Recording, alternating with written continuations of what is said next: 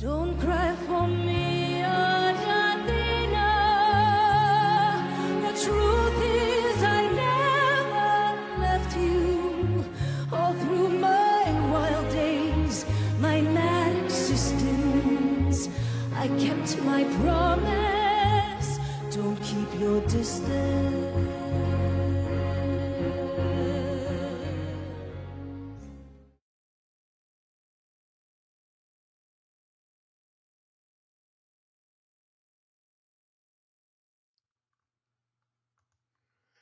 Maria Eva Duarte was born into poverty in the rural Argentinian village of Los Toldos in the Pampas, the youngest of 5 children, on May 7, 1922. Her baptismal certificate lists the date of birth as May 7, 1919, under the name Eva Maria Ibargueren. It is thought in 1945 the adult Evita Peron created a forgery of her birth certificate for her marriage. Eva spent her childhood in Junin, Buenos Aires province. Her father, Juan Duarte, was descendant from French Basque immigrants. Her mother, Juana Ibargueren, was descendant from Spanish Basque immigrants. Juan Duarte was a wealthy rancher from nearby Chivilcoy. Already had a wife and a family there. At that time in rural Argentina, it was not uncommon for a wealthy man to have multiple families. When Eva was a year old, Duarte returned permanently to his legal family, leaving Juana and her children in poverty. Ibargueren and her children were forced to move to the poorest area of Junin. Los Toldos was a village in the dusty region of Las Pampas, with a reputation as a desolate place of abject poverty. To support herself and her children, Ibargueren sewed clothes for neighbors. The family was stigmatized by the abandonment of the father and by the illegitimate status of the children under Argentine law, and was consequently somewhat isolated. A desire to expunge this part of her life might have been a motivation for Eva to arrange the destruction of her original birth certificate in 1945. In 1934, at the age of 15, Eva escaped her poverty-stricken village when she ran off with a young musician to the nation's capital of Buenos Aires. The young couple's relationship ended almost as quickly as it had begun, but Eva remained in Buenos Aires. She began to pursue jobs on the stage and the radio, and she eventually became a film actress. She bleached her naturally black hair to blonde, a look she maintained for the rest of her life. In 1942, Eva experienced some economic stability when a company called Candelejas hired her for a daily role in one of their radio dramas called Muy Bien, which aired on Radio El Mundo, the most important radio station in the country at that time. Later that year, she signed a 5-year contract with Radio Belgrano, which assured her a role in a popular historical drama program called Great Women of History, in which Eva played Elizabeth I of England, Sarah Bernhardt, and the last Tsarina of Russia. Eventually, Eva came to co-own the radio company. By 1943, she was earning 5,000 or 6,000 pesos a month, making her one of the highest paid radio actresses in the nation. Pablo Racopipi, who jointly ran Radio El Mundo with Eva, is said to have not liked her, but to have noted that she was thoroughly dependable. Eva also had a short-lived film career, but none of the films in which she appeared were hugely successful. In one of her last films, La Cabalgata del Circo, the Circus Cavalcade, Eva played a young country girl who rivaled an older woman. The movie stars Libertad Lamarque. As a result of her success with radio, dramas, and films, Eva achieved some financial stability. In 1942, she was able to move into her apartment in the exclusive neighborhood of Recoleta on 1567 Calle Posadas. The next year, Eva began her career in politics as one of the founders of the Argentine Radio Syndicate.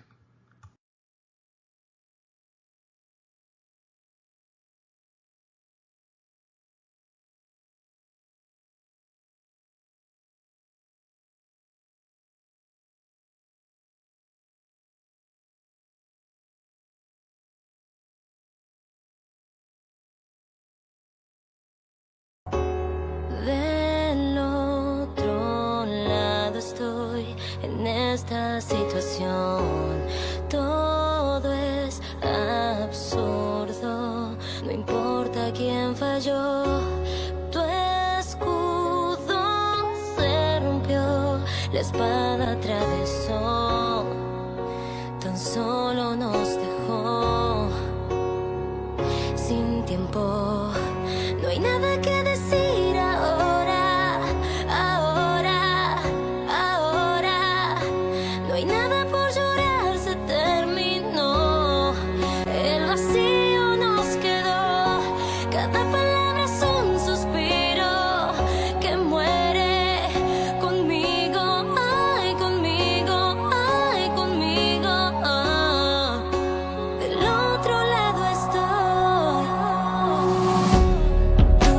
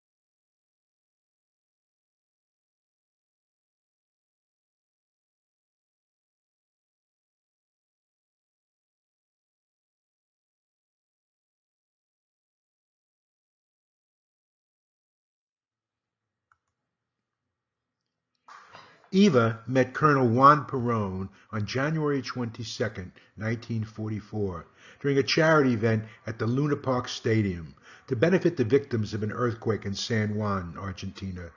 The two were married the following year.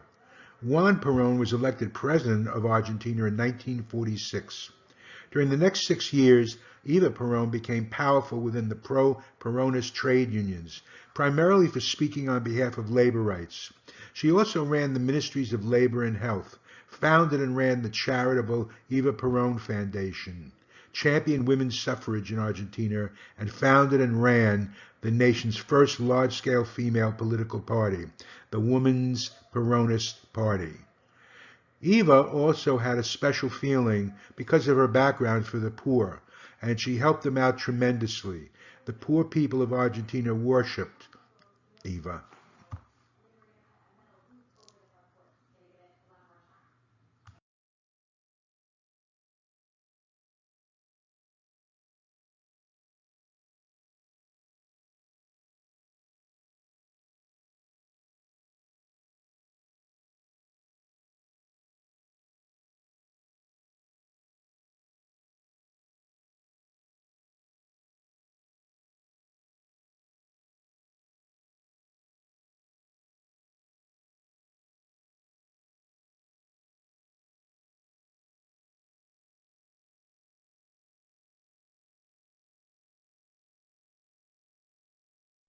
Evita Peron was one of the most influential women in South American history.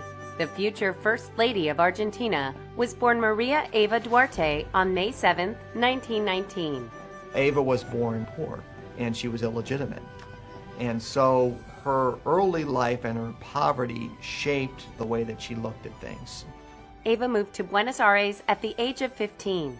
She eventually found minor success as an actress on a popular radio show. Eva was a radio actress and was quite beautiful. That's how she caught the attention of Juan Perón.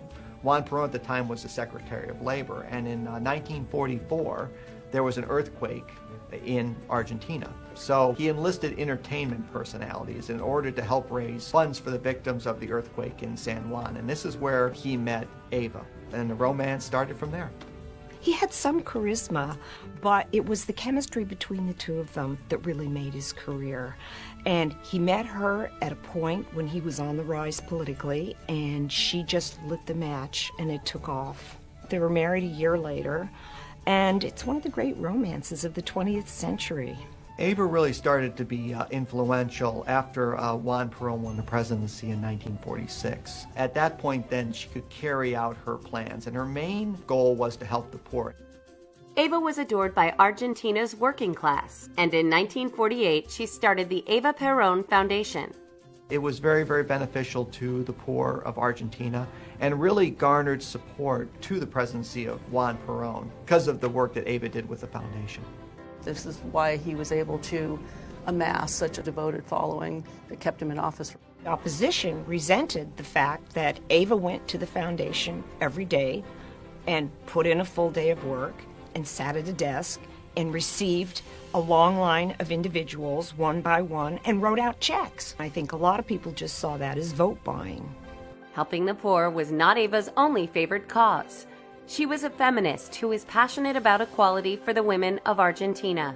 Eva was Minister of Health and Minister of Labor, and both of those offices gave her the opportunity to really advance women's rights. She really took an interest in not just suffrage, but also healthcare, education, and duties that to this day still fall largely on females in a lot of cultures. At the height of her involvement with both governmental and humanitarian campaigns, Eva suddenly became ill with cancer. She wanted to run for vice president during the second term election of Juan Perón, but sickness really prevented her from doing that. Eva Peron's illness came on very quickly. Nobody could imagine that somebody that young and vibrant would just absolutely wither before their eyes, which was what she did. The Argentine Congress named the ailing Eva the spiritual leader of the nation of Argentina. On July 26, 1952, Eva Duarte Peron, First Lady of Argentina, died. She was 33 years old. Eva's death caught everybody by surprise, and the response was just absolute national bereavement. Inconsolable, to this day, quite frankly, for some groups. Eva Peron's legacy is one of empowerment of women. I think the Argentines see her as a woman who did good things, supported the poor, but was strong, and one that serves as a model for women in Argentina.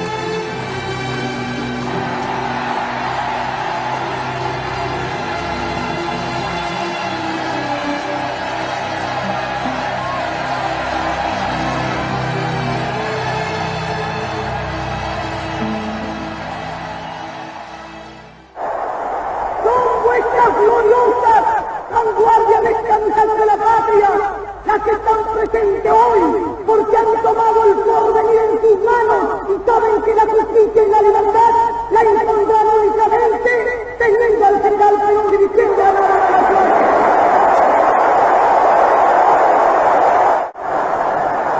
Todo lo que hice, no lo hice nunca por ocupar ninguna posición política en mi país. Estando el general Perón en el gobierno, el puesto de vicepresidenta no es más que un honor, y yo sí aspiro nada más que al honor del cariño y recibimiento de mi patria.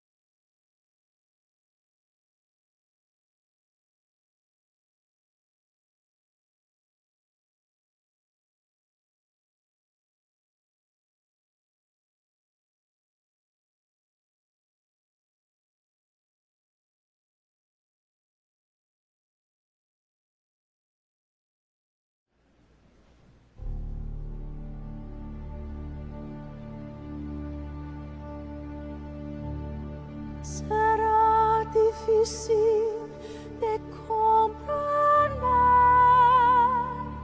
que a pesar de estar hoy aquí, soy del pueblo, jamás lo podré olvidar. Debéis creerme, mis lujos son solamente un disfraz, un juego burgués, nada más. La las reglas del ceremonia.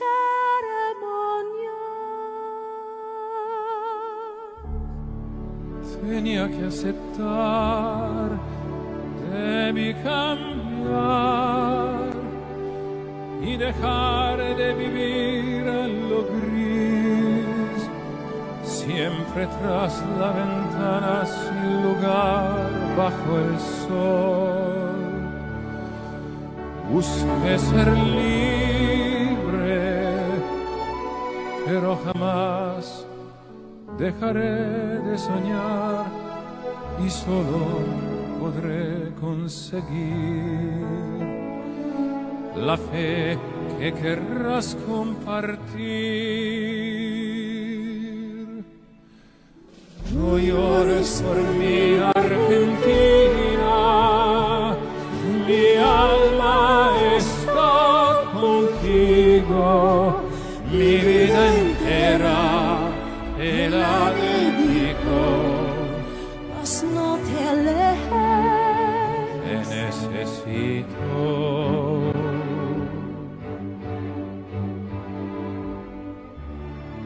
Jamás poderes, ambiciones, mentiras dijeron de mí. Mi lugar vuestro es, por vosotros luché. yo solo quiero sentiros muy cerca, poder intentar abrir mi ventana y saber que nunca me vais a olvidar.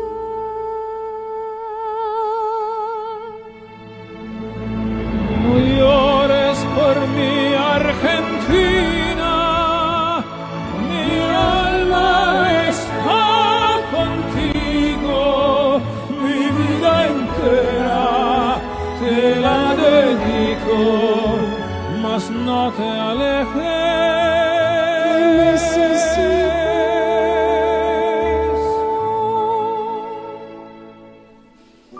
¿Qué más podré decir para convenceros de mi verdad?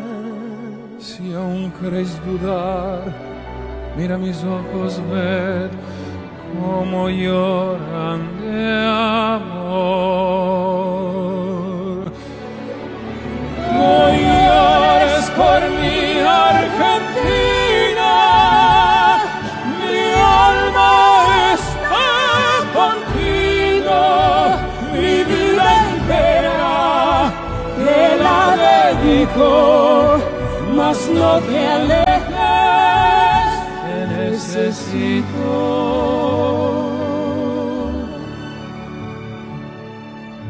No llores por mi Argentina.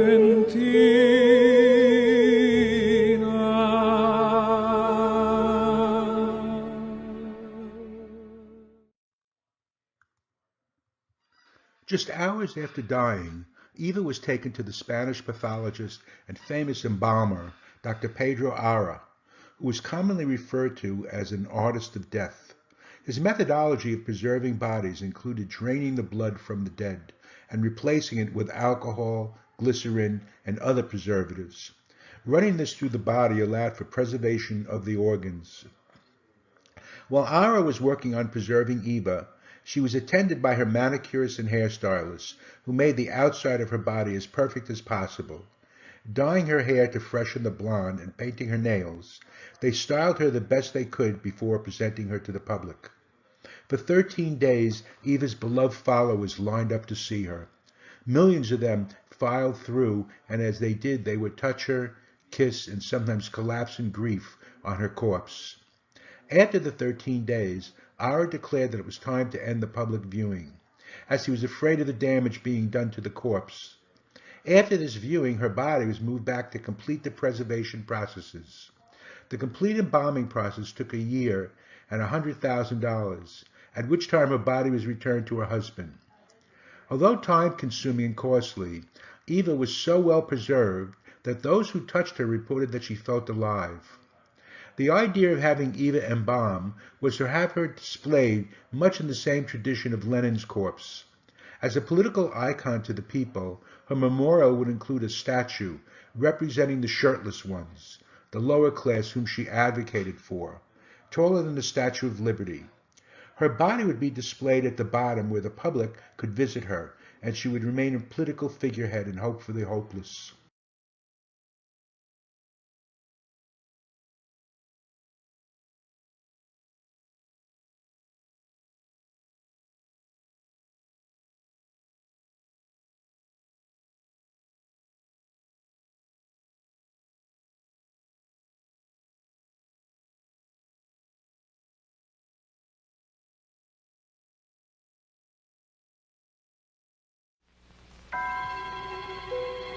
Eva Duarte had come a long way. Born out of wedlock in the Pampas region of the Argentine, the young woman had fought her way up from poverty to a position of the highest power in South American politics. How could the corpse of one of the most famous women in the world go missing for almost 20 years? A 1950s icon, former First Lady of Argentina, Evita Peron, nicknamed Evita, was a divisive political figure. The wife of dictator Juan Peron, she's perhaps best known for her work with the impoverished, or for the biographical film Evita, starring Madonna. But one of the most unusual parts of Evita's story took place after her death. Evita is dead. Evita Peron, powerful First Lady of Argentina, dead of cancer, no longer to bask under the admiration of crowds in the plaza.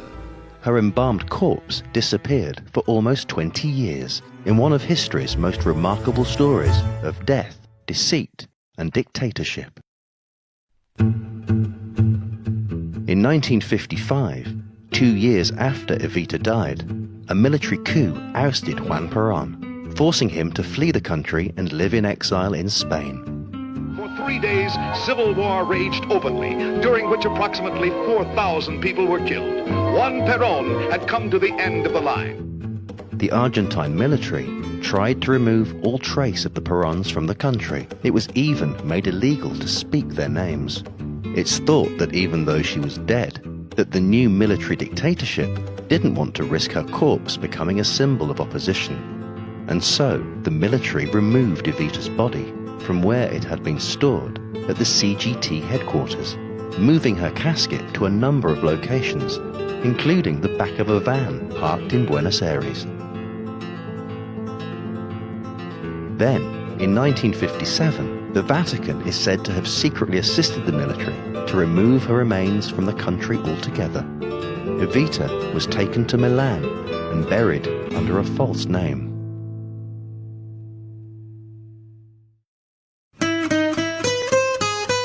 The decades that followed were far from peaceful in Argentina, and for years the public was still in the dark over where Evita's body was. Finally, in 1971, striking a deal with Juan Peron for his support in exchange for the return of Evita's body, the Argentine military revealed her location. Evita was exhumed, and her body returned to her exiled husband and his new wife Isabel, who were living in Madrid. Isabel is said to have cleaned Evita's body, blow-drying her hair, and reportedly displayed her casket from time to time in their dining room. The Peronist Party was eventually legalized again in Argentina. The government suffered a stunning defeat at the hands of the Peronistas. In Madrid, where Juan Domingo Perón lives in luxury, the 66-year-old former dictator greeted the events with satisfaction and a strangely detached manner. Moving back to his home country, Juan Perón was voted president in 1973. Shortly after returning to Argentina, Juan died of a heart attack. Evita's body was flown to Buenos Aires so that she could be buried alongside Juan in 1974 in a crypt at the presidential residence Los Olivos.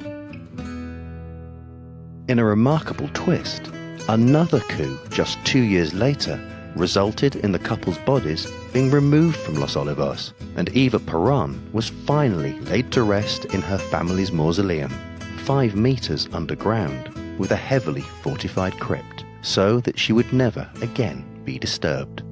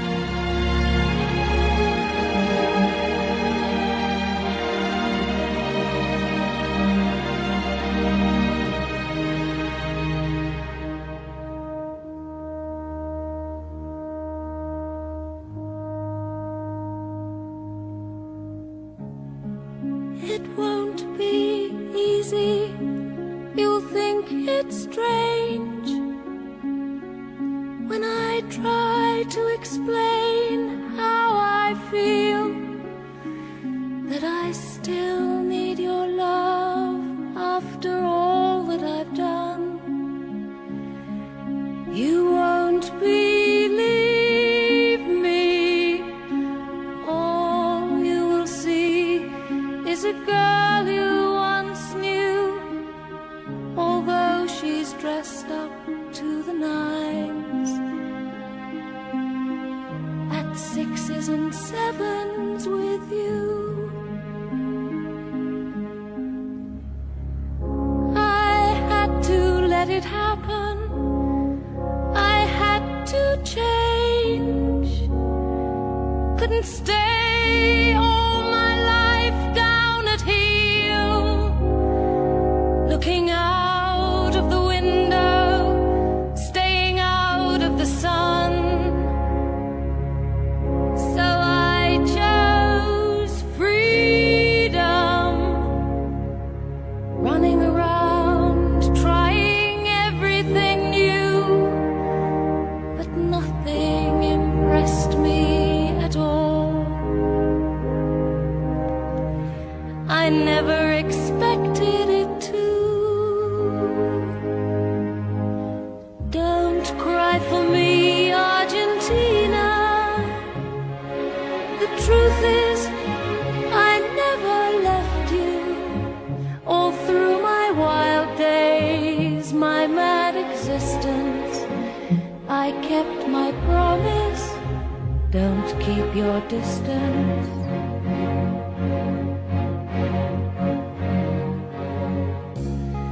And as for fortune and as for fame, I never invited them in, though it seemed to the world they were all I desired.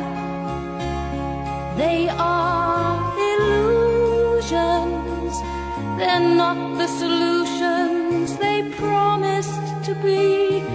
The answer was here all the time.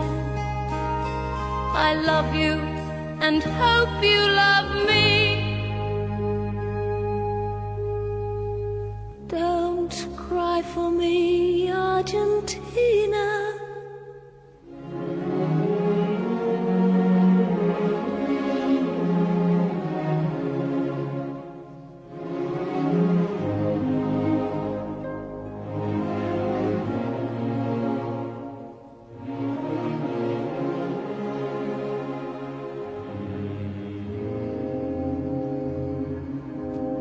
Don't cry for me, Argentina. The truth is, I never left you. All through my wild days, my mad existence, I kept my promise. Don't keep your distance. Have I said too much? There's nothing more I can think of to say to you. But all you have to do is look at me to know that every word is true.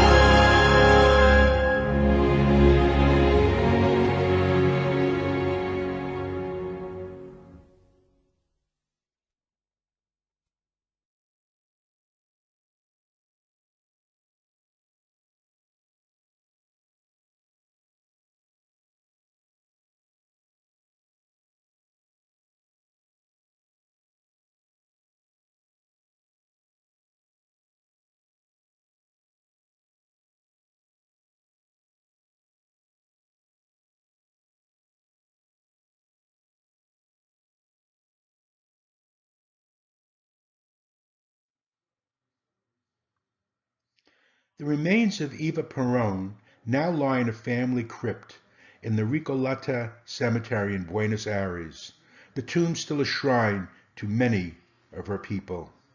And so good an embalmer was Dr. Ara, it is believed that inside her tomb, Eva does not look a day older.